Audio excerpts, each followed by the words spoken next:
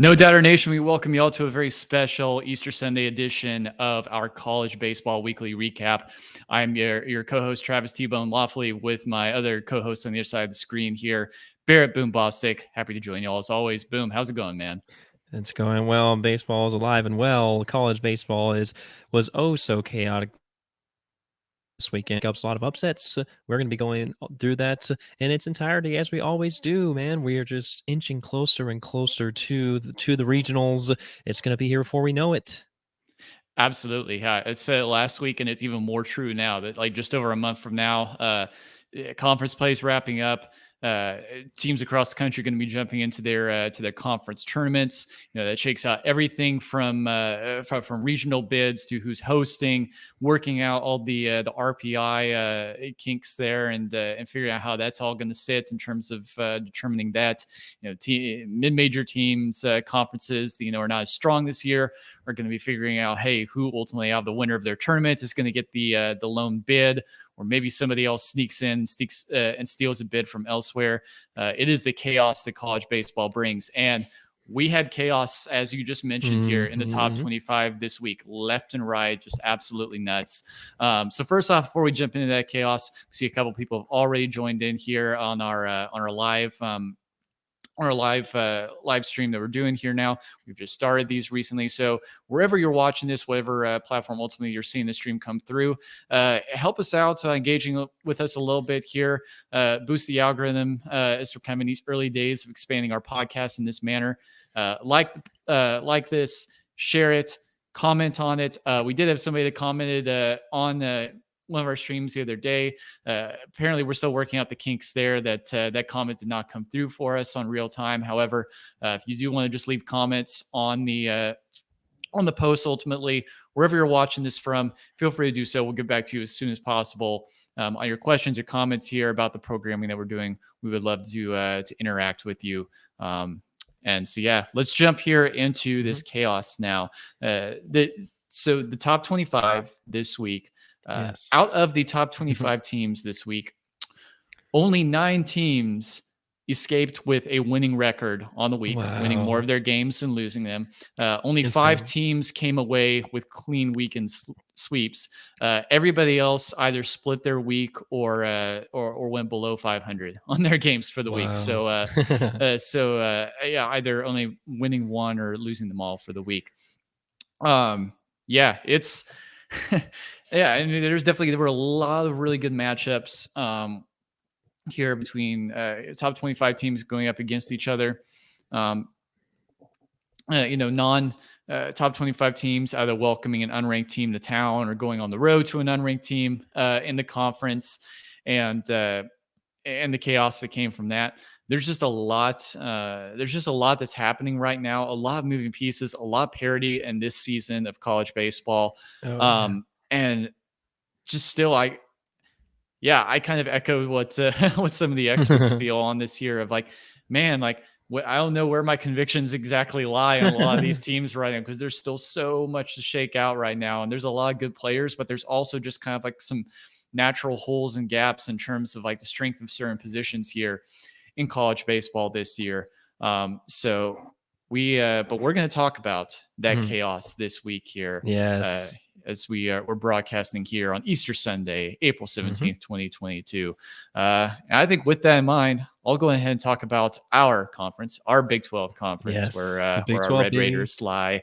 Yes, the the conference of one true champion, or seemingly one, whatever the slogan is. It seems like we try and come up with slogans and we find some way to botch it with our public image here.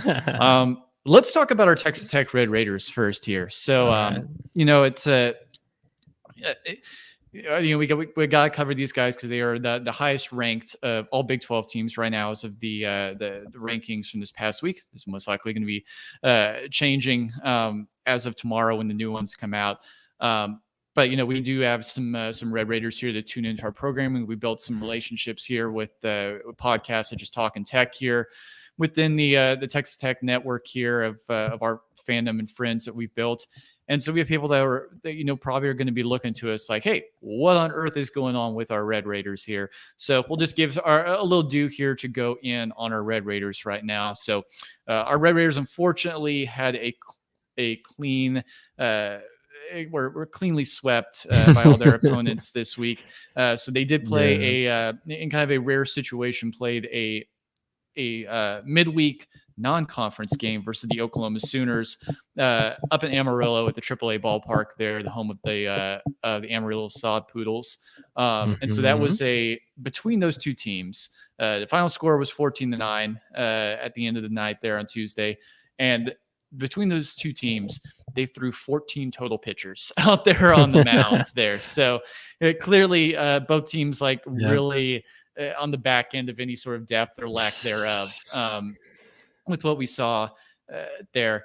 And then, we thought, okay, it's a midweek game. That would have been a great RPI building opportunity to be able to win that one. But hey, we move on, take it on the road to Fort Worth there to face TCU. But then just for the first time since 2014, that first College World Series appearance that Texas Tech made, the Texas Tech Red Raiders were cleanly swept by TCU out there in Fort Worth. Losses of 7-4, 4-3, and 11-3. We know the Sunday starter struggles that have been this year for our Red Raiders. But then you only give up seven runs and 4 runs each in the outings of which basically your ace 1A and 1B and Andrew Morris and Brandon Birdsell ultimately play pretty well, all things considered out there.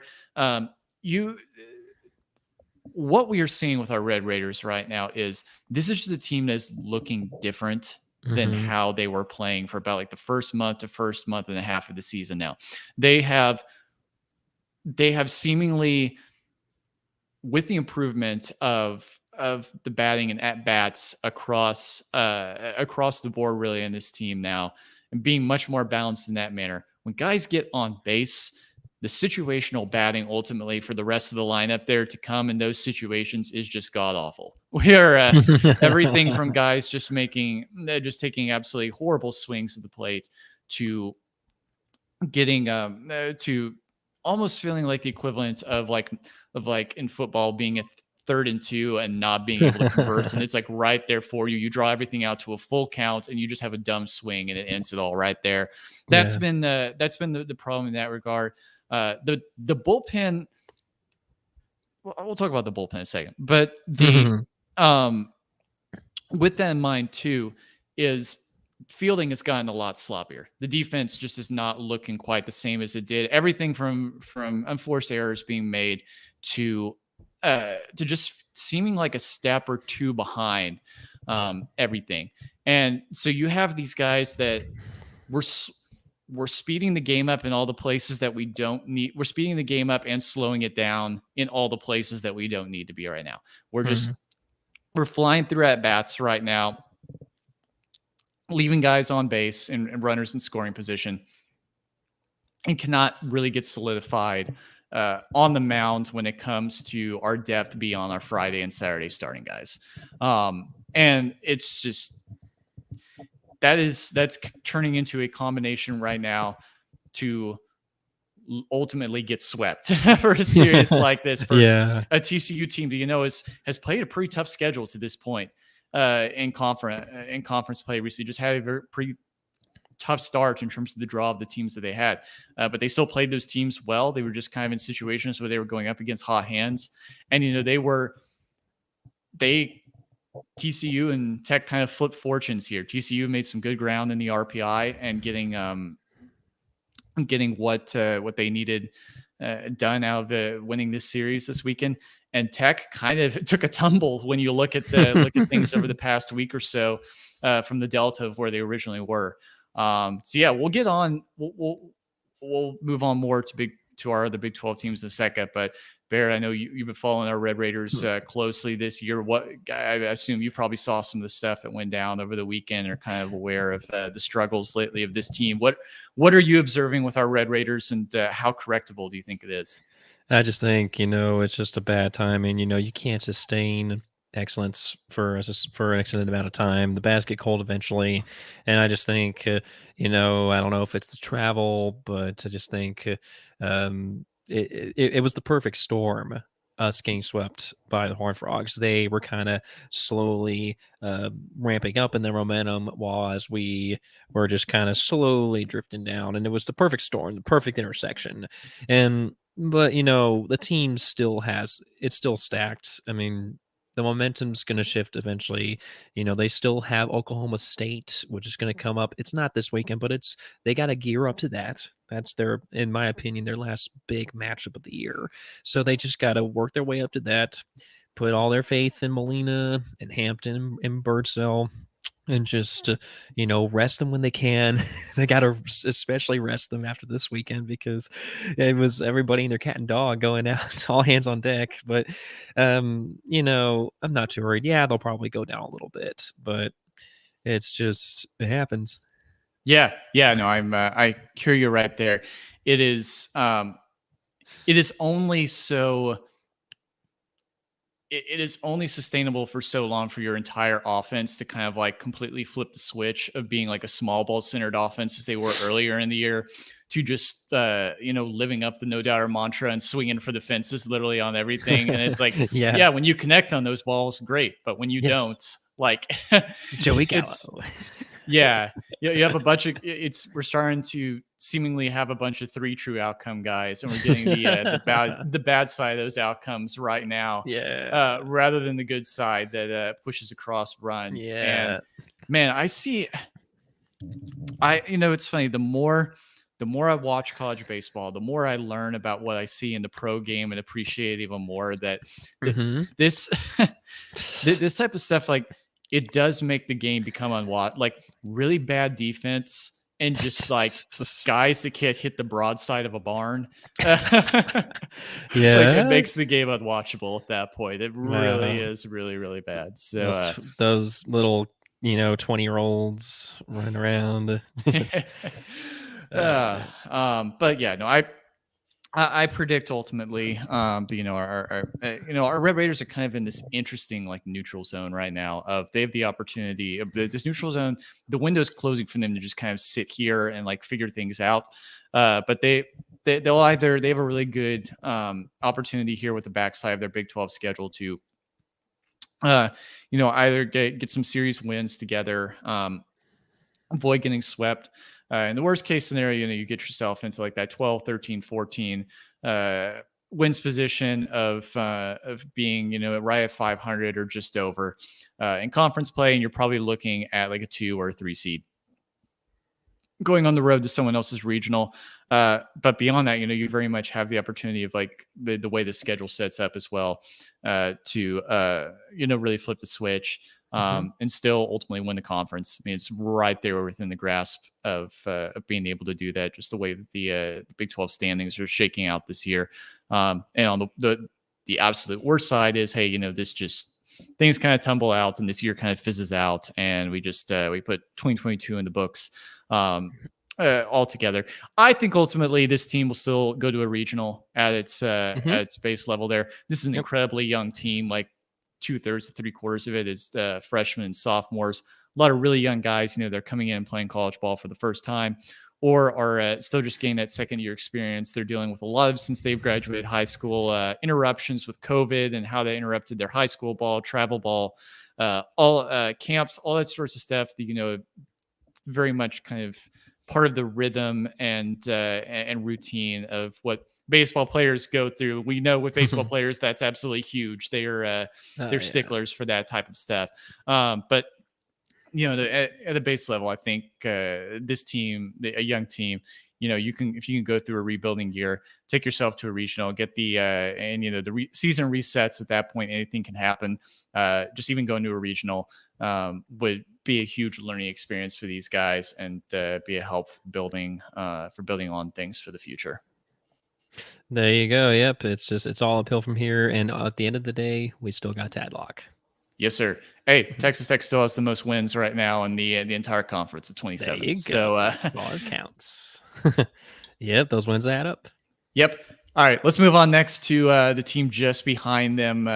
Behind them here in the top 25. It's the number 5 team in the country, the Oklahoma State Cowboys. Here, the Cowboys have now rattled off 6 straight series wins since getting swept by Gonzaga earlier on in non-conference play. And so the Cowboys are red hot right now for sure. They're looking solid. They had an 8-5 midweek win over the Wichita State Shockers earlier in the week at home in Stillwater, and then went on the road to get a 2-1 series win over West Virginia. They took home 2-1 victory on Friday, 5-2 loss on Saturday, and then a 13-3 win today. The Cowboys, like I said, red hot right now. Their ace Justin Campbell just continues to really excel for them. Nolan McLean is also doing a great job at the plate here. That Friday game was really kind of like it was one of those pitcher duels, a matchup between Campbell and then West Virginia's Jacob Waters. Yeah, man, Campbell is ridiculous. This guy's 6'7", 219 pounds. Yeah, he's just one of those like lanky Chris Sale types. Yeah, he's been leading the Big 12 in strikeouts this year with 81. He struck out at least 8 in all but one of his starts this year. Just completely nuts. Yeah, so Campbell allowed just 2 runs on 1 walk. Actually, that was Waters that allowed 2 runs on 1 walk. So, like I said, it's pitcher's duel here between both teams over 6 2/3 innings. But Campbell was just like that much better here, I think, for Oklahoma State.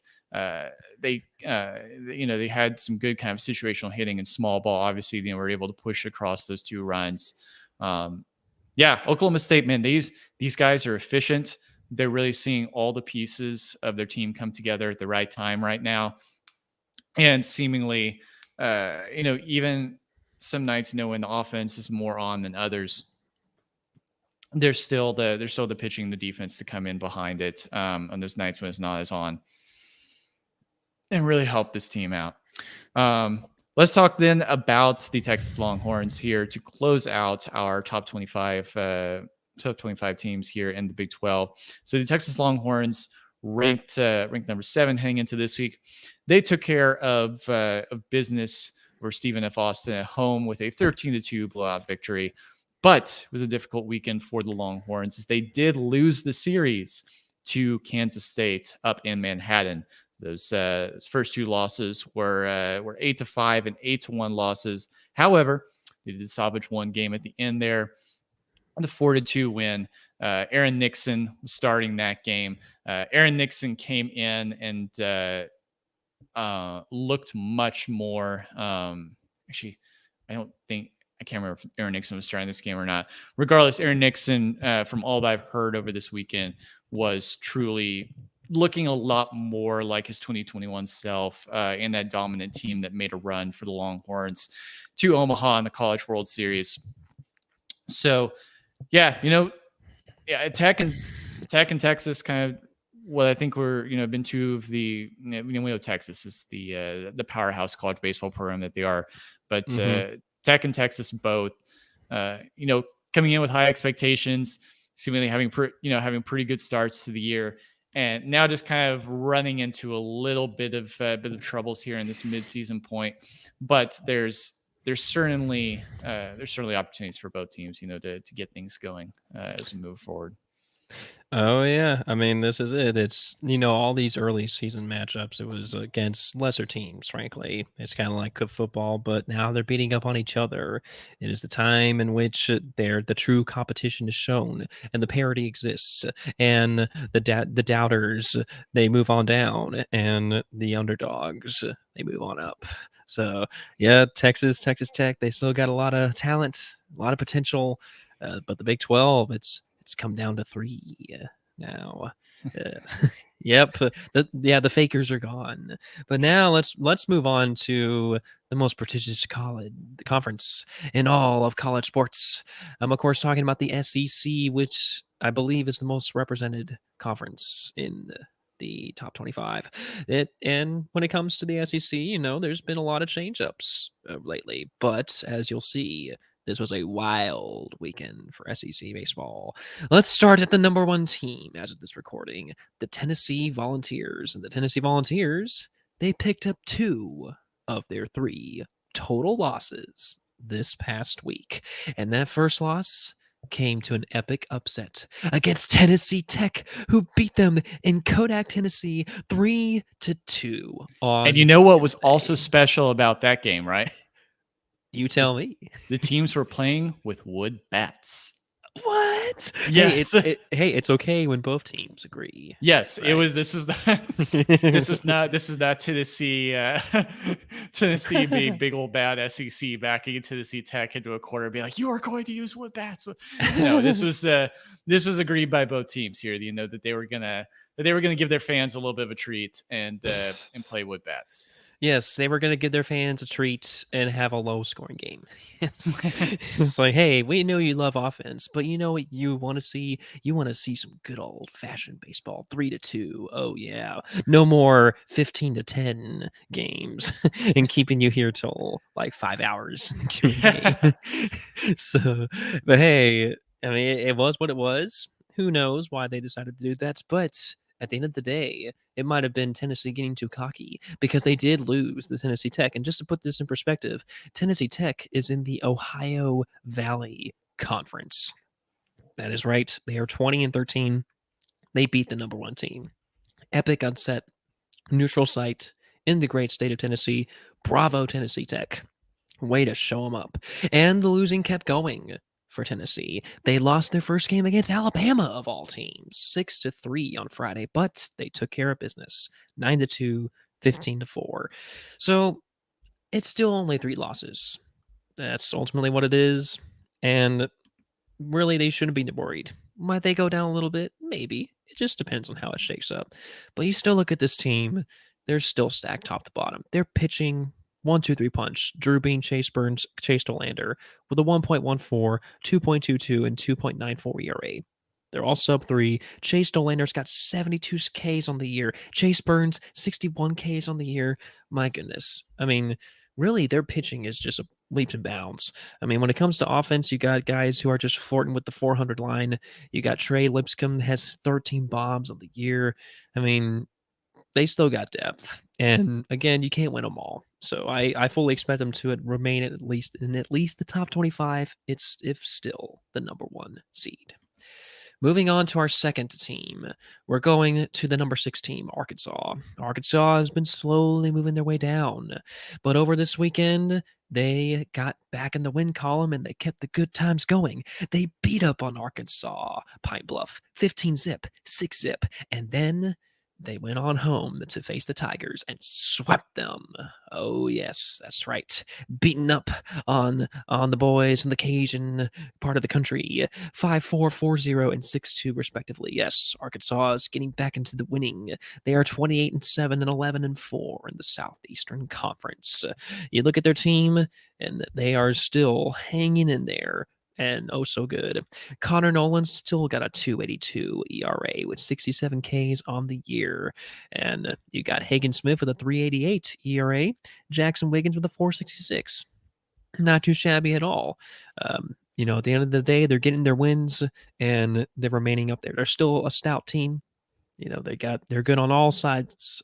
They're all sides of their roster. So you got to hand it to them. It was a good week. Straight wins across the board. So, hey, if you can remain unscathed at this point, hey, it's a good week. Tip your cap to them. We move on down to Georgia. Georgia is one of these teams, they've been hanging out slowly but surely, climbing up at the top. They are number 13 as of this recording, but over this week, it was kind of Jekyll and Hyde for them. They got a win against Kennesaw State 17-15, but when they went on back to Athens, they lost the series against Texas A&M, a team who I have secretly been rooting for in the SEC. They lost to them 8-1, beat them 4-3, but then on Sunday, shall I say Saturday, Texas A&M just completely unloaded and beat them 23-9. 9. So, yep, and And then just they wanted to end their weekend on a good note, and that is exactly what they did. Is Uh, Texas A&M looking more and more like one of these sleeper teams? You know, they might have that they're still probably going to go on the road to someone else's regional, but they're playing more like a team that you don't want to face right now. Like we may be starting to get some last year's North Carolina State vibes from these guys right now. I don't know, maybe. Doing a quick profile on them, they're 22-13, 8-7 in the conference. And, you look at their schedule, they're gonna face Arkansas coming up this next weekend. They're gonna face Vanderbilt, Mississippi State, Ole Miss. So they're gonna go through the gauntlet. In fact, they're playing against Dallas Baptist on Tuesday, so that's a pretty good test for them. So, yeah, seven losses is seven losses. Well, in the conference, 13 losses and 13 losses. It's probably why they're not in the top 25 yet. But hey, they have chances to Yeah. get into relevancy. Yep. Number 36 in the RPI right now. And yeah, I'm with you there. I was like, we're not looking at a team that's going to win the conference this year or probably host regionals. But they're starting to, this first year club of Jim Schlossnagel's there down in College Station, they're they're putting a lot of pieces together. This is definitely kind of more of a pitching driven club this year. Not quite, like the offensive explosion that you expect out of Schlossnagel's clubs. He's working with what he has this year, but we all know that he's an absolutely incredible coach based on what he did with all those years with TCU. And he's doing it now at his new home in College Station with the Aggies. So yeah, watch out. This they're getting some confidence here and putting some things together. Which hey, momentum breeds momentum here in the sport of college baseball. Exactly. You live and die by momentum in the game of college baseball. When it comes to Georgia, they still have their ace, Jonathan Cannon. Mr. Cannon of an Arms got a 1.71 ERA, 46 Ks on the year, and they are led in their offense by Randon Jerrigan, who goes above and beyond the no doubter mantra and has a 500 batting average on the year. There you go for the win. Corey Collins, 9 bombs on the year. There's just Mr. Consistency. That's what this team is. Not really excelling, but hey, look at their schedule. They're going to run through the gauntlet.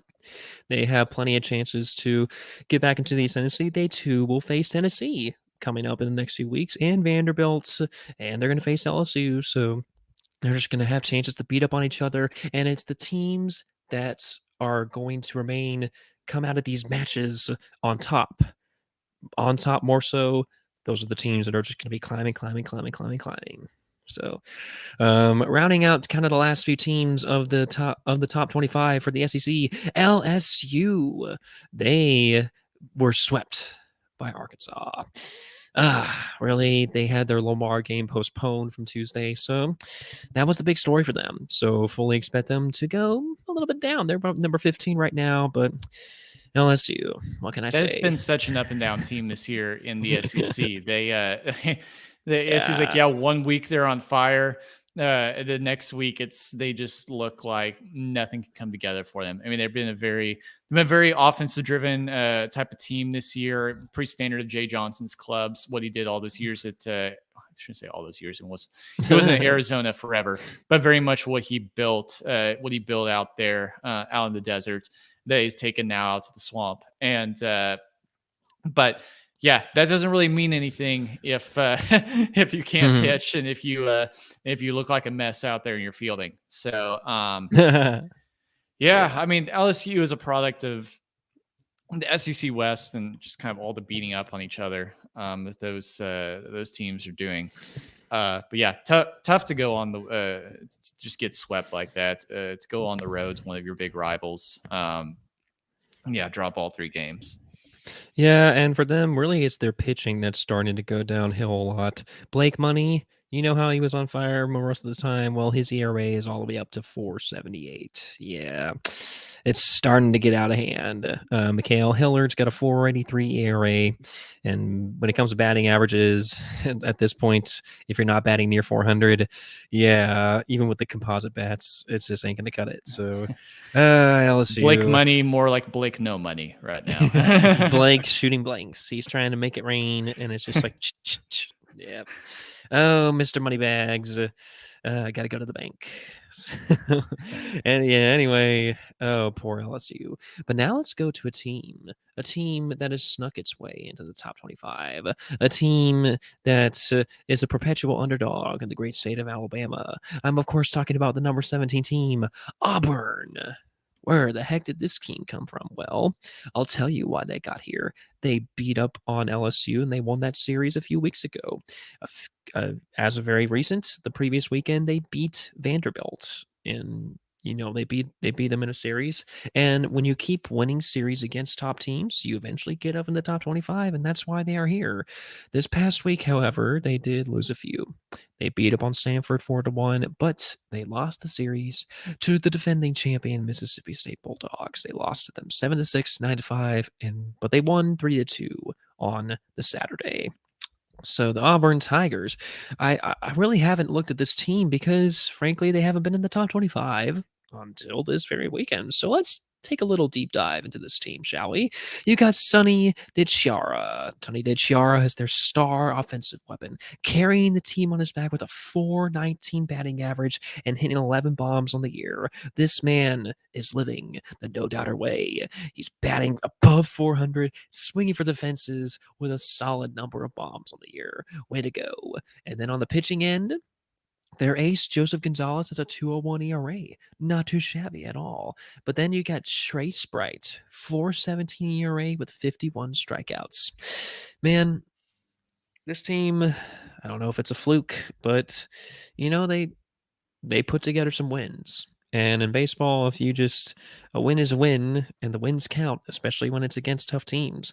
You look at their schedule; they will eventually face Tennessee and Arkansas and Alabama. So again, the SEC is it's a tough gig. It's just relentless. Once you get into conference play, you face some tough opponents with some good coaching staffs, and you have opportunities to shine.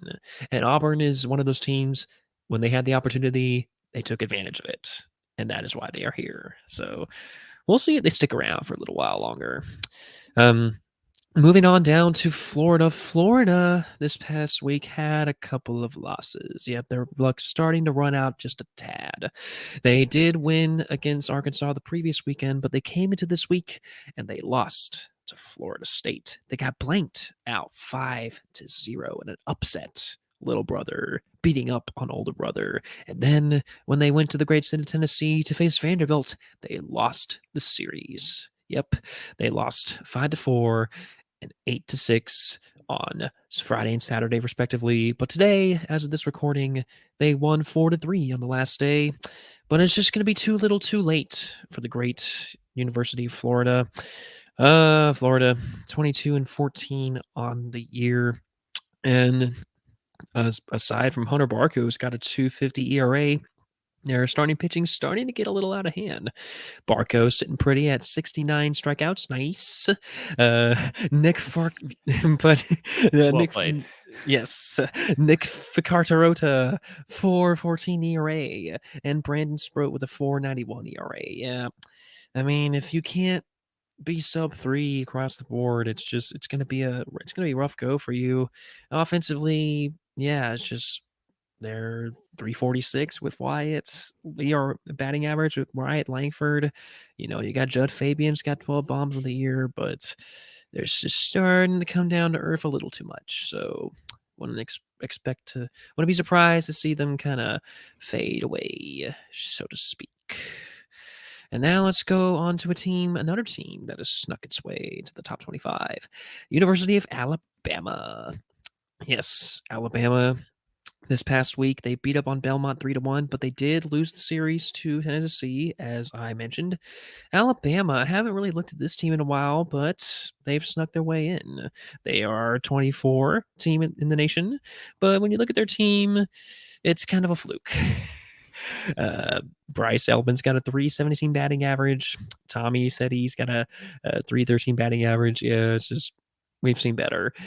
Garrett McMillan's got a 302 ERA, which is pretty solid, 56 Ks on the year. But then Jacob McNary, 568. Yeah, they ain't gonna cut it. So, hey, you made it this far, but Hey, They probably do that. we didn't talk about this earlier on the other side of this top 25 matchup here between the Crimson Tide and the Vols, but I can Ooh, share my screen here. you do that.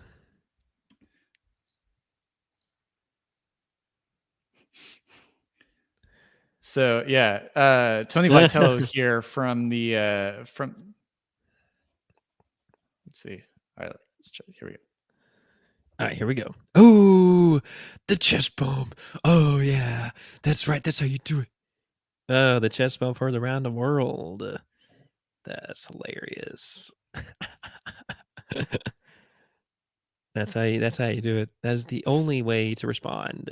Yeah, so I'd be yeah, so I believe let's see. Let me stop sharing my screen. I believe if I'm not mistaken, Tony Vitello has been suspended through like the next 3 or 4 games Mm. there, but yeah, just reading up here on the situation, it looks like Yeah. he wasn't real pleased with some actions by one of Alabama's pitchers. I think like Mm. going after one of his batters. So and just the way ultimately how that was handled and evaluated there by the officiating. So yeah, just yeah, Tony Vitello has shown himself to be a hot personality within the Yep. sport of college baseball and fighting for his guys and sticking up for him. And hey, I mean, I don't fully know enough in this situation here, but they're definitely it's just kind of an unfortunate trend that we are seeing a bit more ump shows or just kind of like some negligence and like not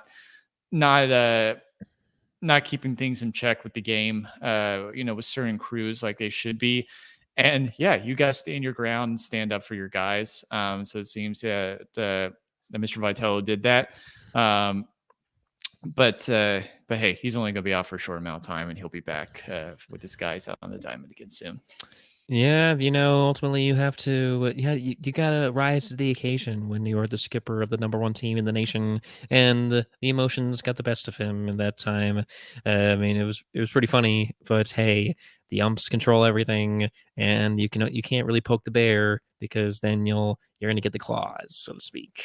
So, and I'm now gonna round out the 25. It's a mouthful when it comes to the SEC, but I'm gonna go to the number 25 team in the nation, Ole Miss, and Ole Miss. They won against Murray El State. Miss, I see what you did And there. there you go. That hasn't been done before. But yeah, so they got the win against Murray State 8-2. But over the past weekend, they lost the series to the South Carolina Gamecocks. They beat them on Thursday 9-1, but on Friday and Saturday they lost 4-2 and 9-8. Oh, Ole Miss, is this bye bye? Is this bye bye to a team that at one point was in the top 10 at least, maybe even top 5 if I'm not mistaken? But Taiwan Malone, where are you? You're still batting 429 like a boss, but they're pitching the pitcher with the best ERA on their team, Derek Diamond, 603. That's all I need to know about this Ole Miss team. Bye bye bye. The Mississippi teams are just, they're just not showing up. It's just sad. It's sad to see the reigning champs, Gonzo, Vanderbilt, Gonzo. Of course, they might sneak back in, but they are just a shadow of their former selves. They are the new top dogs in the SEC of Tennessee and Arkansas, but the rest coming down, down, down in an earlier round. I'm gonna stop there. Yep. You're just all over the puns tonight, man. You are It's that dishing them time. out left and right. Yes. It's just the mood that I'm in. I love it. Mhm. All right, so I guess it's time to move on then to the ACC if we Mhm. have it correct here.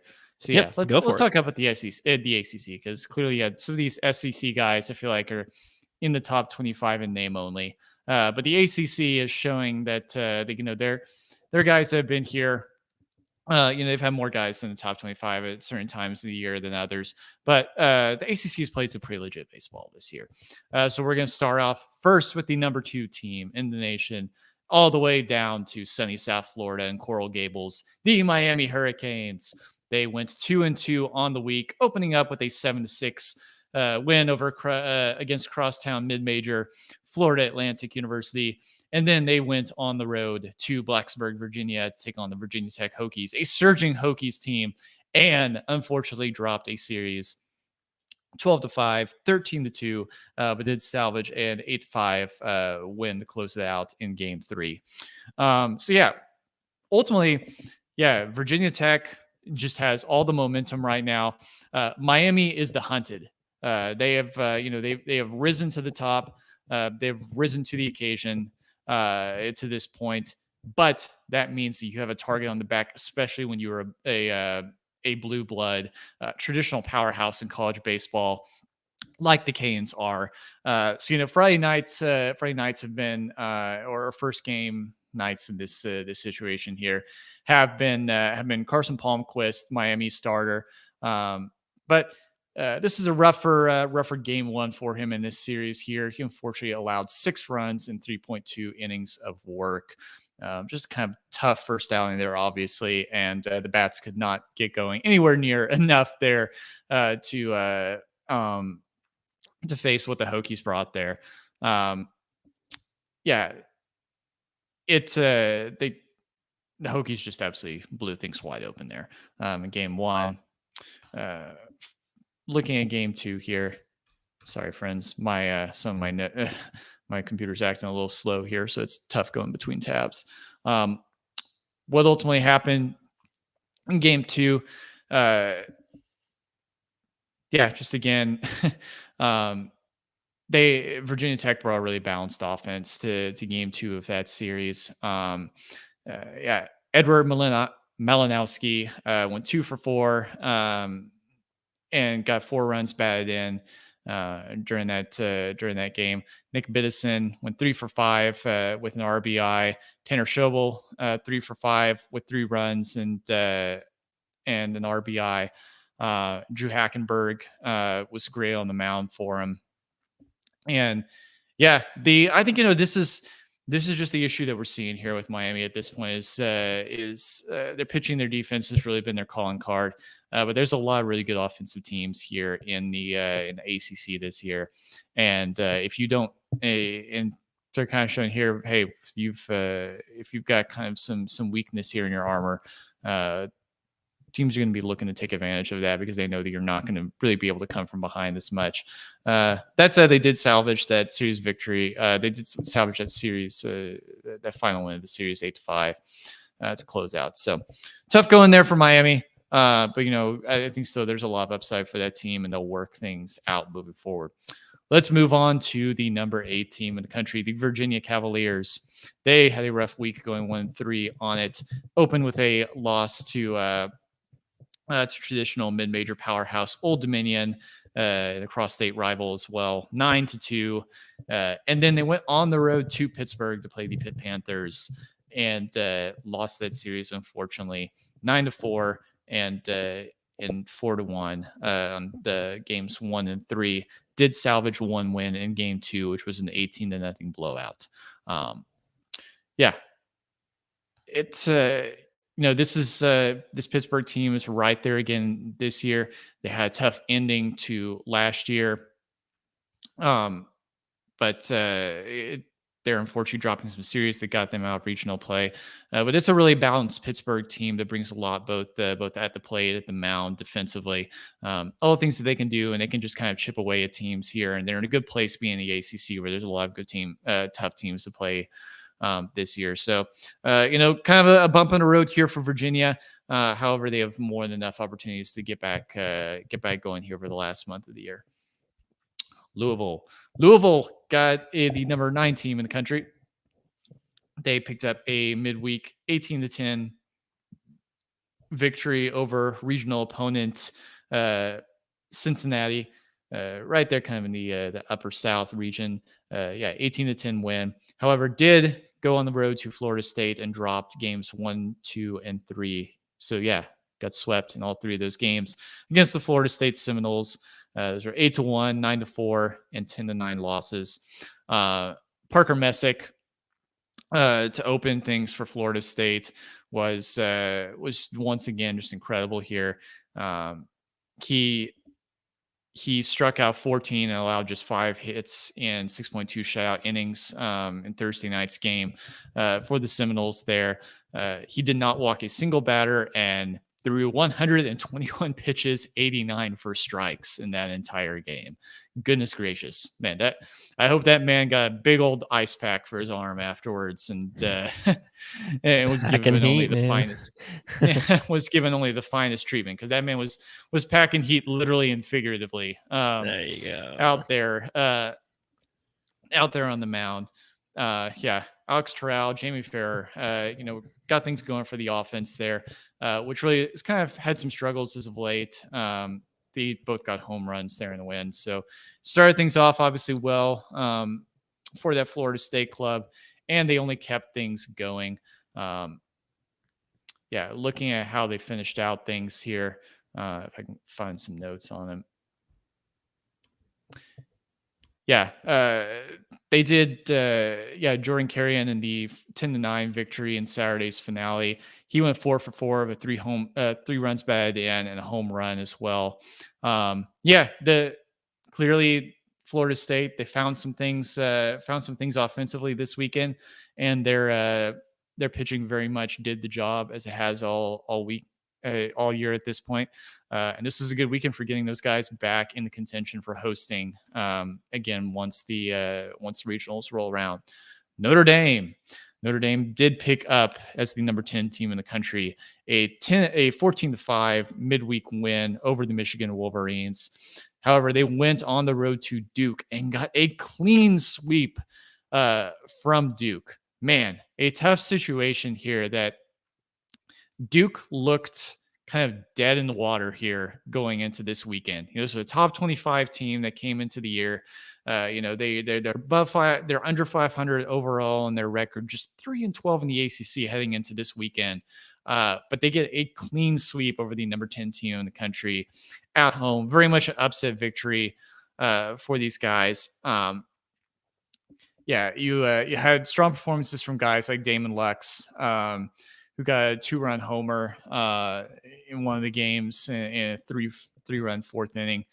And then Luke Fox, 5.1 innings pitched, only allowed 2 earned runs. It was a good bullpen performance for the Blue Devils. The Blue Devils have been one of these teams too that they have in previous years that they've maybe started a little bit slow, but they've come on strong at the end there, ultimately to get a placement in regionals here. Don't sleep on the Blue Devils. Once again, playing a really strong conference here in the ACC. There's a lot of work to go for them. However, Duke could very well turn things around and get things going for them.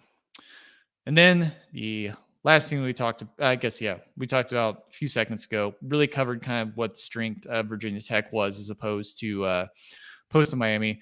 They were hitting, pushing across runs. Pitching was really stout.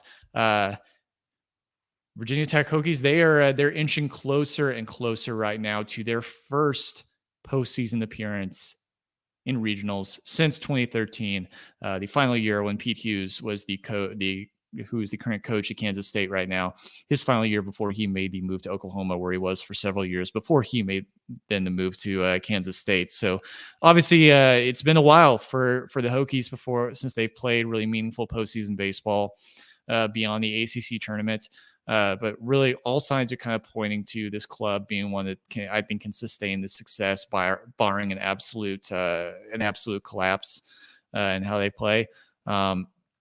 So I'm looking forward to continuing to take a look at them and seeing what they can do moving forward.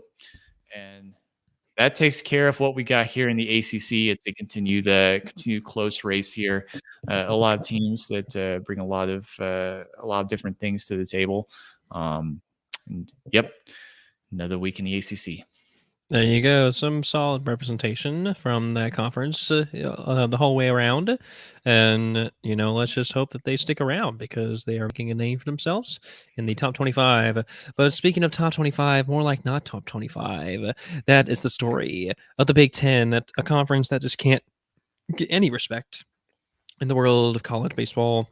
My turnaround on this is going to be very brief, but I do got to give some love to a team that is currently on a 15-game win streak. I'm, of course, talking about Rutgers. That's right. This team is 30-6, 11-1 in the conference, and they can't get any respect. None whatsoever. This week, they beat Lafayette 23-3. My goodness gracious. They beat Pennsylvania 8-4. They swept Indiana. Come on, man. It's just busting out the broomsticks. 5-3, 4-2, 10-9. Man, I mean, this team, the rest of their schedule, they're just beating up on each other at this point. They just don't have any chances. And that's what's so sad for this team. How many games do they have to win to get in that top 25? Oh, man. On the verge of a regional, potentially. You look at this team, that's not too shabby. They got a 1-2 punch on the pitching end of Jared Collar and Nathan Florence. They got a 256 and a 298, respectively. Collar's got 59 Ks on the year, and Florence with 50 Ks on the year. My goodness. Nick Simolo, living the no-doubter way. 409 batting average, 9 homers on the year. This team's got some star power, and it's just it's a shame that they just don't have anything to show for it. Rutgers, you keep on doing your city proud. They're doing the Jersey Shore proud. I guess they're not really quite the Jersey Shore there. They're doing more of the they're doing more of northern New Jersey, just outside the greater NYC area proud. But yeah, Rutgers is. It's interesting that I feel like that area kind of around New Jersey, Philly, New York City. There's so many great baseball players through the years that have come out of there. Yeah, Mike Trout, tons of guys around the NYC area. Mike Trout more the Philly area, but just kind of that area of the Eastern Seaboard is rich with baseball talent. But it's just difficult for teams like Rutgers and these more northern teams where you've got the 4 seasons. It's a tough place, come the winter and into the early spring for it really to be fertile grounds for for playing and developing baseball talent. But the talent very much is there, and Rutgers seems to have tapped into it here. They have an excellent head coach, obviously a very well coached team. It's a struggle kind of being in the Big Ten Conference there, because I was just looking at where their RPI sits, and now into the top 30 in the country, but they really built it on, they have a very kind of narrow margin of error because they built it on just like a handful of quad 1 and 2 victories and mostly quad 3 and 4 wins, just how their schedule is shaped up. It's really, really tough for them.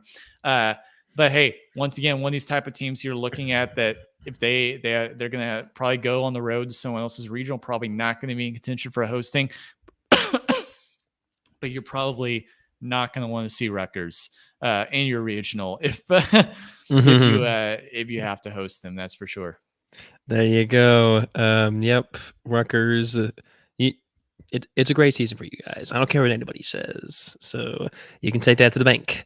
But just kind of rounding out some more on the Big Ten, we're going to the second place team, a distant second, I will say, in terms of overall record, Illinois. However, they are 10-2 in the conference, so they still earn that respect. 19-4 overall. Illinois, they've been win no matter what. They won against Illinois State 11-9, and they swept Northwestern. So good job, Illinois. Keep on getting those wins.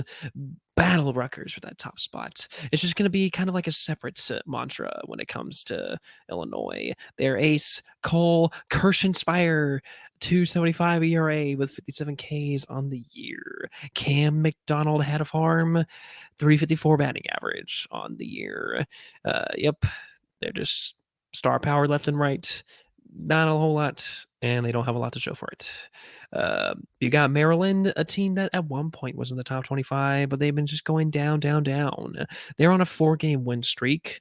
They are 7-2 in the conference. Yes, that's right. Maryland still got some good guys in their squad. You got Ryan Ramsey with a 2.59 ERA. Jason Savacool said his name many times on this podcast, and I will continue to do so. 2.68 ERA, 69 Ks. Yes. So, um, you know, it's a good conference, very top heavy. You got Rutgers, Illinois battling up in that top spot.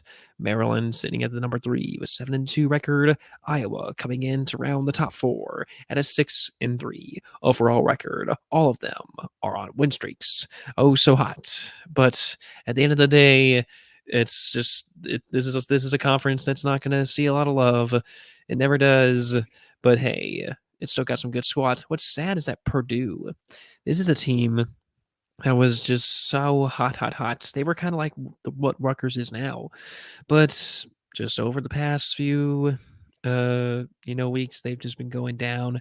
They are 4-6 in the conference, 22-9 overall. So it's just the parity happens, and when the actual matchups happen, that's when the true stars shine.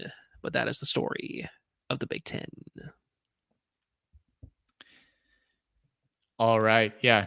Big Ten. No, we'll keep giving them love because certainly they They they're matter. not getting it. And they Yes. matter. They're still there. They're grinding it out. They're Yes. working with the best of what they got. For a conference that it really is starting just this time of year when it starts to get somewhat nice for baseball. And even so, like there's a bunch of snow that's about to be going across the upper Midwest. So yeah, these guys they deal with they deal with the challenges of being northern teams there, where baseball kind of developing the youth and the next generation of talent. Just is not quite at the forefront as other sports.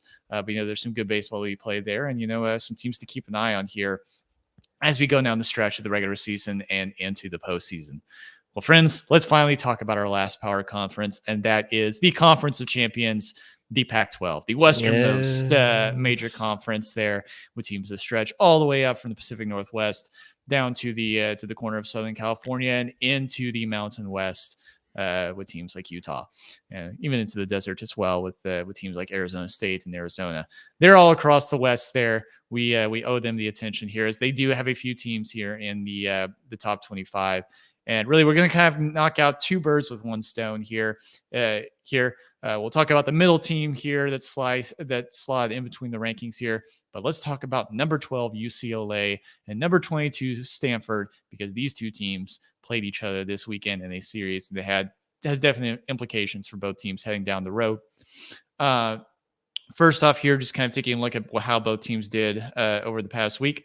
UCLA split the week 2-2. They opened with a in-state rival and a mid-major historic power in Pepperdine with a 9-7 win over those guys. However, they did at home in Westwood out there in Los Angeles drop a series to Stanford and the red-hot surging Cardinal right now with the opening game loss of 9-1. Came back in game 2 5-4, but would drop game 3 in dramatic fashion, and a big old ouch on the board for these guys with an 11-0 loss to close out that series. And then look on Stanford's end as well. They played crosstown mid-major team San Francisco. The Dons won 6-5 in that midweek game, and then once again went on the road to UCLA to win that series 9-1, an 11-0 with wins in games 1 and 3, and just had that one game 2 5-4 loss. What happened here ultimately in this series? So, you had you just crap. I'm falling all over my words here on this one, but yeah, Stanford. What it just ultimately was is All-American Brock Jones here for Stanford. He got 2 home runs on Saturday and drove in 4 there in that that series clincher. Quinn Matthews had a really good pitching outing as well. 7 innings pitched, 4 hits, and then 8 strikeouts in there. The Cardinal have won 4 straight series right now. They're 12-7 in the Pac-12 at this point now. They're surging up there in the RPI. They're getting back into hosting territory at this point right now. UCLA just kind of looks like the victim right now of just a younger team that's had their ups and downs through this year. It's been tough for them at times, but they've also had some good ones as well. So yeah, good on the Cardinal here for once again shoring up their pitching, getting better at bats, and stringing more together of that success that they need here in a tough Pac-12 conference, heading into what will be this year, different from previous years with the Pac-12 is they will down in Scottsdale, Arizona, have a conference tournament. In previous years, they have not had a tournament. I can't remember the last time they've had one, but they're bringing the conference tournament this year for the Pac-12, and it's going to be a lot of good teams. I think are going to be fun to watch in there, and even possibly some a bid stealer might come through there, a team more from the bottom to ultimately beat some of these top guys and steal a bid from elsewhere at large from another team. So keep an eye on that for sure. But let's talk about that middle team here. The number 20 ranked Arizona Wildcats. They also went 2-2 on the week here. Had an opening midweek game against New Mexico State. They beat the Aggies 4-2 in that game. However, after winning game one of the series at Utah 7-6, they would drop the last two games 9-5 and 11-4 to ultimately lose that series. Just a tough all-around outing here for Arizona. But Utah's been right there this entire year. They've had a pretty good season, kind of stringing together that's flown under the radar. Jaden Kiernan and Alex Spiza both had 3 hits each. The Utes had 15 hits altogether in their 11-4 win in game 3. So yeah, the Utes improved to 7-8 in the Pac-12. They're right in contention there for the conference. Ultimately, gotten definitely some RPI work that's come out of it as well. That's helped them. I'm looking up where the Utes sit right now in the RPI. If my computer will come up, but yeah, Utah right now 76 in the RPI, so they've got some work to do. But yeah, you're certainly up there, more in contention for your conference at this point now. Definitely helps with seeding heading into the conference championship. Have to like that for the Utes. Get further up there, less having to go from the bottom up to the top. And I think this is the team being more of kind of the underdog this year when you're thrown into being the hunted role towards the end. That's a good sign when you're looking at being an at-large team trying to sneak in there into the postseason. So yeah, there's a lot of beating up on each other seemingly right now in the Pac-12, and just a few that are in the top 25 at this point right now. But still a good baseball conference this year. Still good teams to take a look at. There you go. The Conference of Champions, they keep finding ways to be talked about. They are still a relevant conference when it comes to baseball. They still got the power. And now, ladies and gentlemen, we are going to wrap up our team recaps of the week with mid-majors, my personal favorite, because these are the underdogs by name. These are the underdogs by nature. And the teams that they can't get no respect, and yet they overachieve. They are full of overachievers, including the first team I'm going to talk about, a team that is number 11 in the nation. I'm, of course, talking about Southern Miss. They are currently on a 9-game win streak. They entered into relevancy, and they will not go away. That is right. Southern Miss is all they do is win, win, win, no matter what. They beat Southeastern Louisiana 3-2, and they swept Florida International 5-3, 12-4, and 6-4, respectively. This team, you keep it up, they're going to face Ole Miss at some point. Another chance for them to. This is in the middle of May, obviously, so it's a couple weeks away, but it's another chance for them to get up there. If they just keep on winning, they're just going to keep getting that love over in the top 25. And really, I think this team's here to stay. When it comes to Southern Miss, You got Hurston Waldrop with a 2.02 ERA. Tanner Hall, 2.21 ERA with 77 Ks on the year. My goodness gracious. Hunter Riggins, 2.67 ERA. That's a 1-2-3 punch in the making, people. Three all with a sub-3 ERA. On the offensive end, it's pretty stout. Dustin Dickerson, 343 batting average. Christopher Sargent, 11 bombs on the year. Southern Miss, gotta love it. Number 1 in Conference USA, a 9-game win streak, 13-2 in the conference, 27-8 overall. Bravo, Southern Miss. You're a team that I've never heard of until this year, and you're a team that I shall not forget. A team that has proven themselves to be a contender. You know, our good friend of the podcast, Mr. Hagan McPhail, he grew up in southern Mississippi, just like a matter of minutes from the Hattiesburg area there, or maybe more of a matter of miles, but just basically within within an easy drive there of that region. So that's his country out there. Yes, it is his country. They got some athletes in that part of the world. They do. Exactly. Moving on to a team that is trying to make a name for itself after blowing it in March Madness. I'm of course talking about Gonzaga, the number 14 team in the nation as of this recording.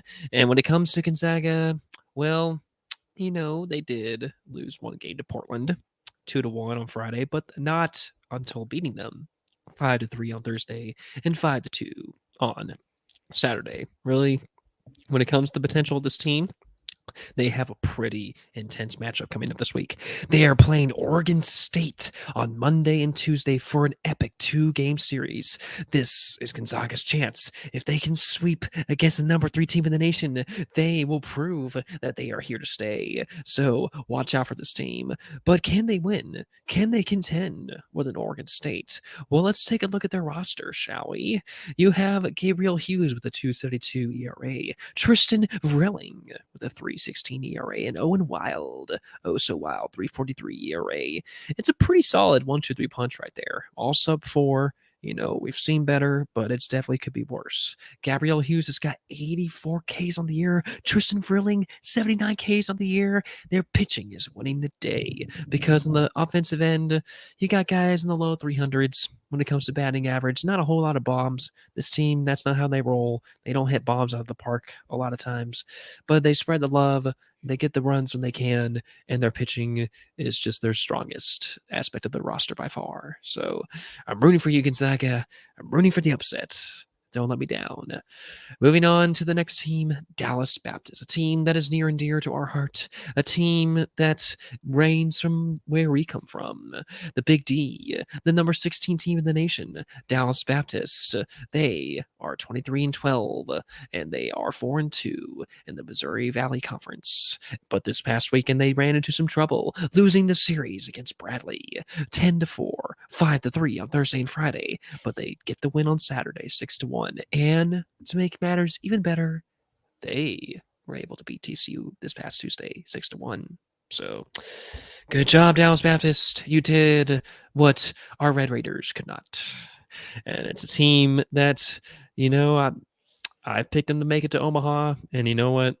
They are on the ascendancy. Jacob Meter, 3.04 ERA. Ryan Johnson, 3.16 ERA. Luke Eldred, 4.23 ERA.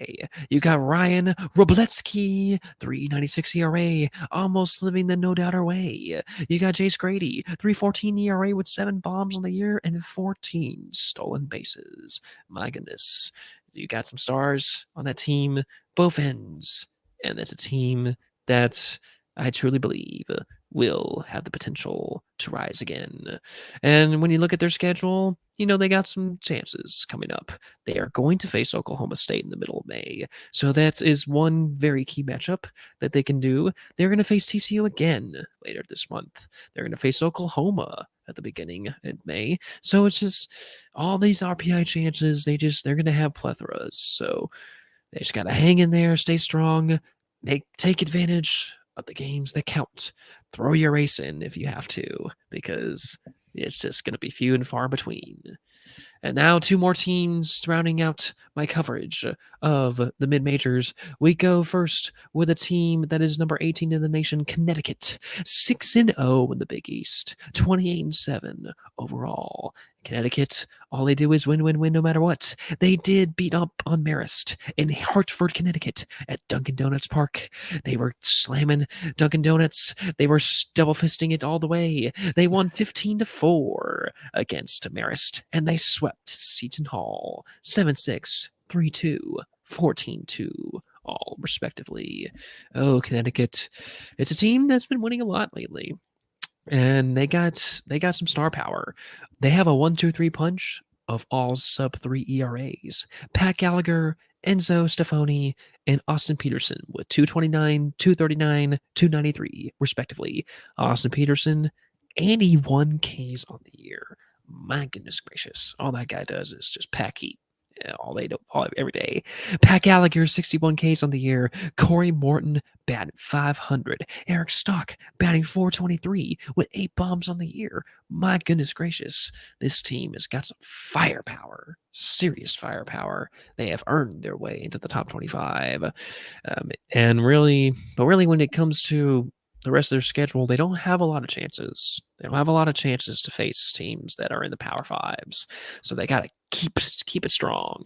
And then the very last team that we will highlight on this journey through the top 25 is a team that is a perennial underdog in the state of Texas, a team that is number 19 in the nation, Texas State Bobcats, 28-9 on the year, 12-3 in the Sun Belt Conference. When it comes to Texas State, they did win a lot this week. They beat up on Baylor in a very good matchup. They beat them 11-4 on Tuesday, and they swept UT Arlington. So here they are. They're getting the job done. They're making it happen. So Texas State, you're still here. You're still relevant. If anything, you might even go up a couple of notches in the top 25. So, make it happen, make it count.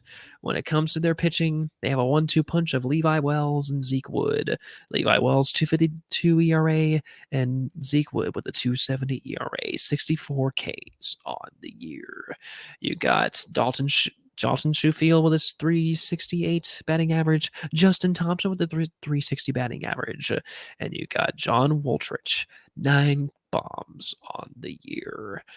Oh yes, Texas State, not a whole lot of surprising matchups for the rest of their year, but they are a team that have earned the right to be in the conversation. And that concludes my rundown on the mid-major teams. All right. Yeah, it's man. What a mouthful. Still trying to catch my breath after all that. There's a ton to cover this week, and some absolutely nuts performances across the top 25, and then teams even watch outside of the top 25 right now. Buckle up, folks. It's going to be a crazy stretch run, month and a half here through the remainder of the regular season.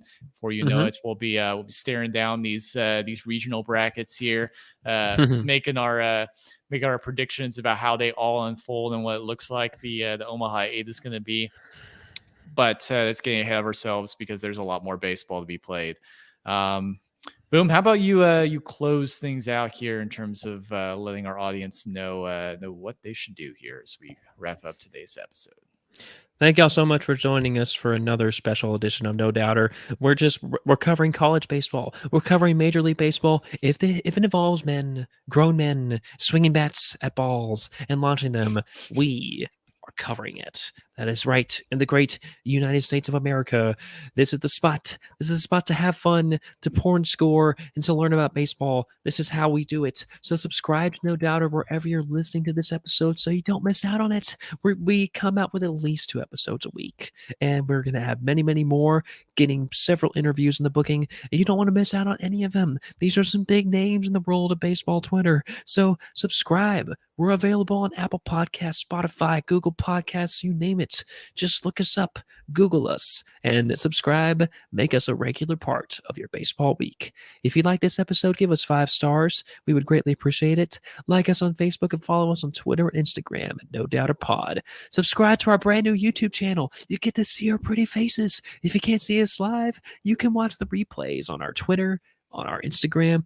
Oh no, scratch that, on our Facebook and on our YouTube channel. The YouTube channel is probably going to be the best way to comment during the live streams and to see our faces. All of our unedited footage of every stream that we do is on our YouTube channel. Just Google No Doubter Podcast. You'll find our logo, and there it is. If you've been listening to us for a while, please consider joining our Patreon. $2, $5, $10, whatever you want to send our way. We really appreciate it. You get merch items, you get shout outs on the pod, you get some chances to be interviewed on the pod. It really helps us out, helps us recoup our costs. Give a shout out to our longest standing patron, Tad Bostic, and Patreon producer, Non Hale. You two gentlemen help make this show possible, so we really appreciate it. And last but not least, check out our merch store, people. Get decked out in our swag, mugs, t-shirts, hoodies, baseball shirts, phone cases, whatever you want. It's all there. All these links, they're in the description below. So just check it out. And T-Money, send us home. Friends, the bats are getting hot. The top teams are emerging in college baseball right now. There are underdogs waiting there to strike. There are teams that we're still trying to figure things out, but a lot of these teams have one thing in common. They are batting 400, or they're trying to. They're swinging for the fences. You should do the same in your everyday life, striving in the spirit of great baseball in all that you do. We've enjoyed this episode as always, and we'll see you all again very, very soon. Take care, friends.